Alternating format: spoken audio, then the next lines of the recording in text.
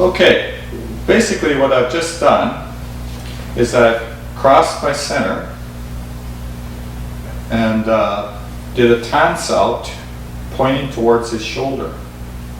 So this kind of tan shou is quite common when you turn and punch. I cross my center and punch. So all I'm trying to do is one, create a chance to attack down the center line. Now if I feel that my opponent is faster than me with tan shou, what I will do is I will use a duijiaoma. I will actually turn my body to the side. And when I turn my body to the side, you can see I have what's called pingxing jiao. Pingxing jiao is when your feet are in parallel.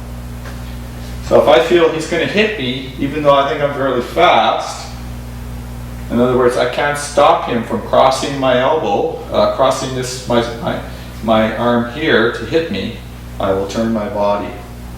So I don't have to turn my body when I punch. I only turn my body if I need to turn my body.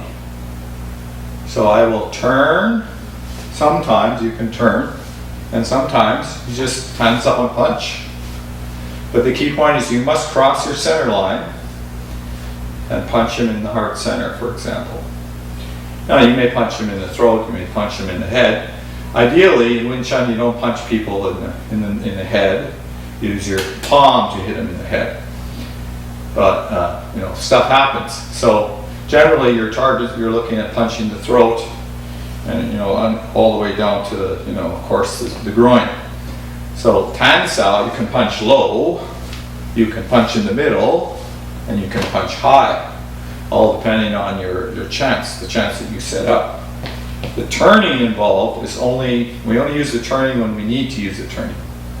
So if I think I cannot protect myself with my tan shou fast enough, I will use a horse stance. I will use a duijiaoma, which is a side horse. Side turning horse. There's different translations in English, all which don't really capture the Chinese, to get out of the way and don't let him hit me. So tan shou is like so. Now this action, this is jump shou. Jump shou is to bring someone's hand down in a forward action. So jump shou looks like this. Notice I'm not going straight down. If I go straight down, someone's going to throw a hook punch and hit you in the head. So I want to go forward. I want to go forward with my fingers pointing forward. So for example, if I jump shou, I may punch right away. I jump shou, I may yao. I jump shou, I may tan. Literally speaking, from jump shou, when you get to this position, you may want to do something else. Generally speaking, you're going to do something else because fighting is continuous. It's like riding a bike. You do one action, the next action's coming. You can't just say, well, I'm going to jump shou and I'll be done. So you don't want to be going down with a jump shou. You want to use roughly a 45-degree angle to go forward to hit with your jump shou. That way, your fingers are pretty close to him already. You can just go straight from there to a strike. And you've already covered part of the distance to his body. So when I do the form again, I go 1, 2, 3. So from here, when I'm in jump shou, I can also go back to tan. Now here, this is gun shou. This kind of action is used in a variety of ways. One is to stop a punch. The other one is to stop a kick. So you can pull someone into you and rough out to the side by bringing your hand down and sweeping action like so, which looks kind of like this. The other beauty of this kind of a motion is that when you get here, you have roughly a fist distance, or even a little less sometimes, between your ribs and your body. So you don't want to stick it to your body like this. You want to have a bit of a distance, and it's kind of like a buffer. And when your hand's on the side, you can stop people from kicking you in the ribs, for example, hitting you in the ribs. So even though if I use a gun shou, I can cover this side of my body completely from here, which is an acupoint, all the way up to my head.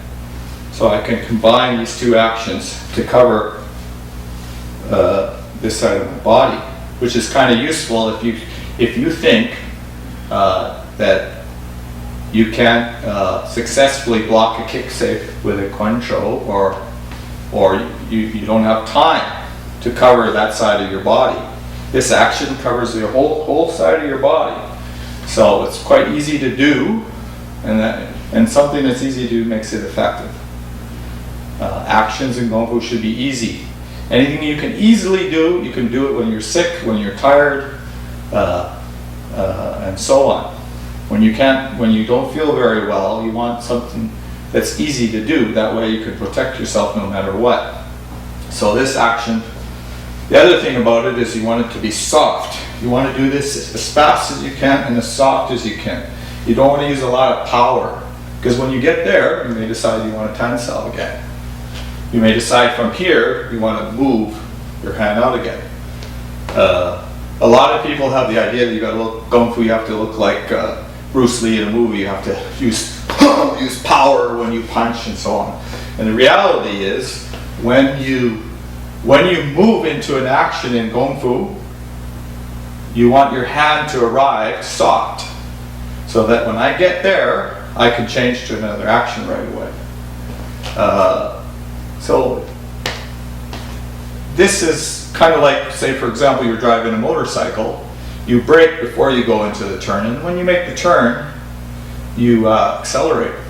So when I'm going out to here, when I stop, I want to be relaxed, because I want to go in another direction. He may punch here, he punches there. I have to move my hand down to block that, to block another punch, to intercept another punch. So I don't want to be using a lot of tension or force when I get there. I want to be able to move my hand back and forth easily between these 2 points.